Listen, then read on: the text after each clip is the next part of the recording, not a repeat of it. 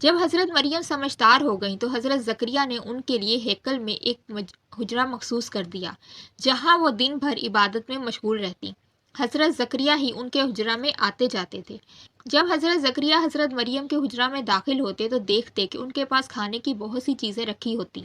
ایک دفعہ حضرت زکریا نے حضرت مریم سے پوچھا کہ اے مریم، تیرے پاس یہ پھل کہاں سے آتے ہیں؟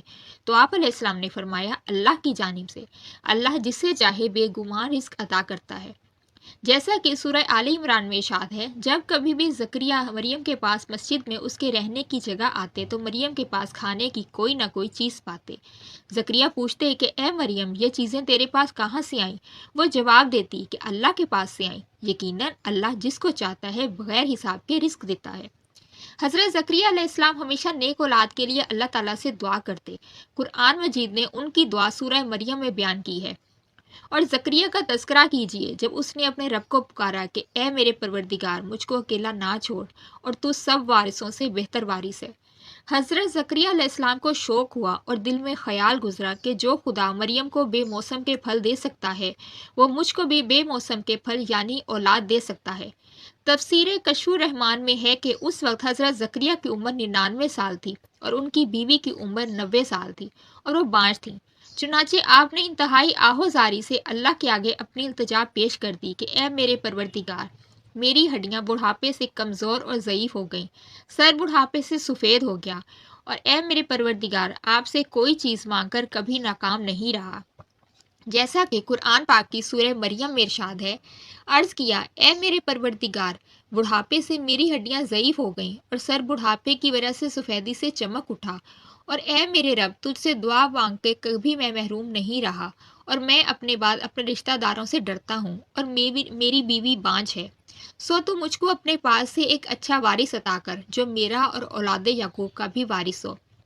اس سے وراثت نبوت مراد ہے۔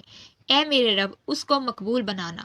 برسوں سے مانگی جانے والی دعا قبول ہو گئی۔ ابھی حضرت زکریا عبادت میں مشغول ہی تھے کہ اللہ رب العزت کا پیغام لے کر فرشتے آپ کی خدمت میں حاضر ہو گئے۔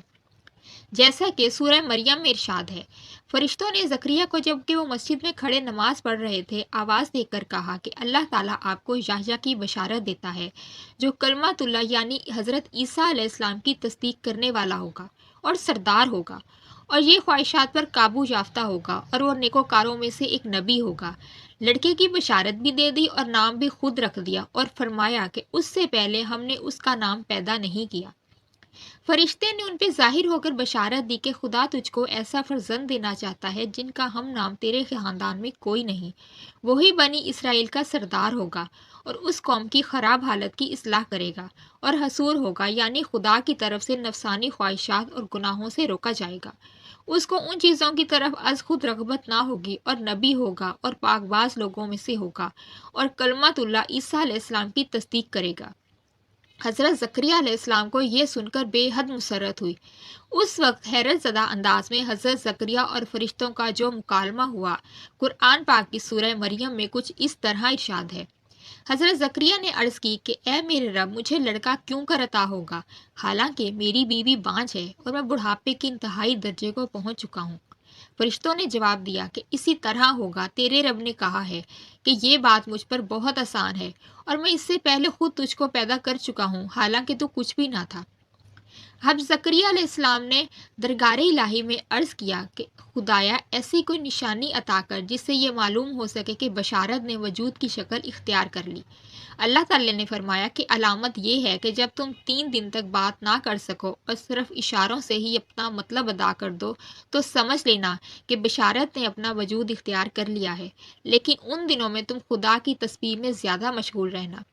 جیسا کہ سورہ مریم میں ارشاد ہے، عرض کیا اے میرے رب، میرے لیے کوئی علامت مقرر کر دیجئے۔ فرمایا تیرے لیے یہ علامت ہے کہ تو 3 رات تک لوگوں سے کلام نہ کر سکے گا حالانکہ تو صحیح سالم ہوگا۔ انبیاء علیہ السلام کی جانب سے اس قسم کے سوالات کا یہ مطلب نہیں ہوتا کہ وہ خدا کی قدرت کاملہ کے بارے میں شک کرتے ہیں، بلکہ مقصد یہ ہوتا ہے کہ ان کو یہ بتا دیا جائے تو بہتر ہے کہ قدرت الہی کا یہ کرشمہ کس نوعیت کے ساتھ وقوع پذیر ہونے والا ہے۔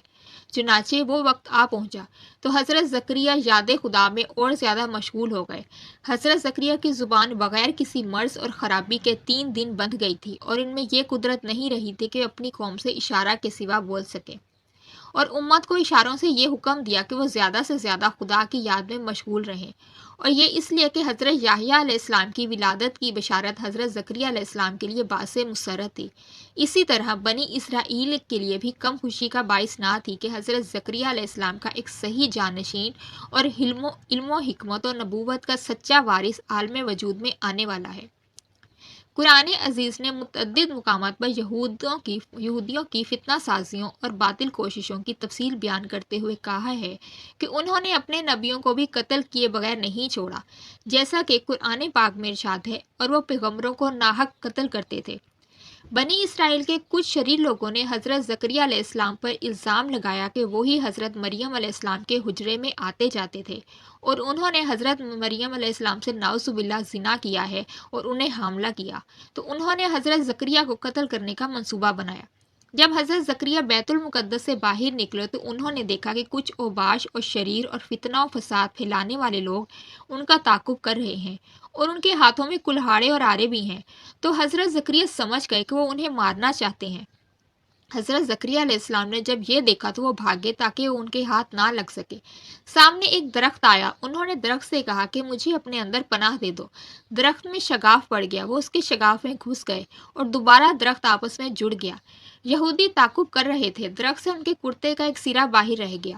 یہودیوں نے جب دیکھا کہ آپ علیہ السلام درخت کے اندر ہیں تو انہوں نے درخت پر آرا چلا دیا، اور یہودیوں نے درخت کے ساتھ ان کے 2 ٹکڑے کر دیے، اور حضرت زکریا علیہ السلام نے نہایت مظلومانہ شہادت پائی۔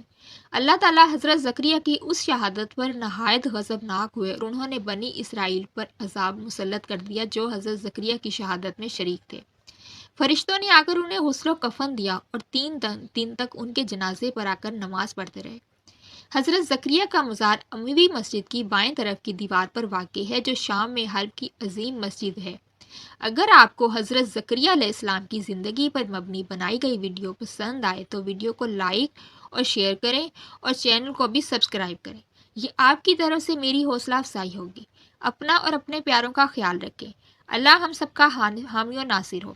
حاضر ہوں گی ایک اور ویڈیو کے ساتھ، تب تک اللہ حافظ۔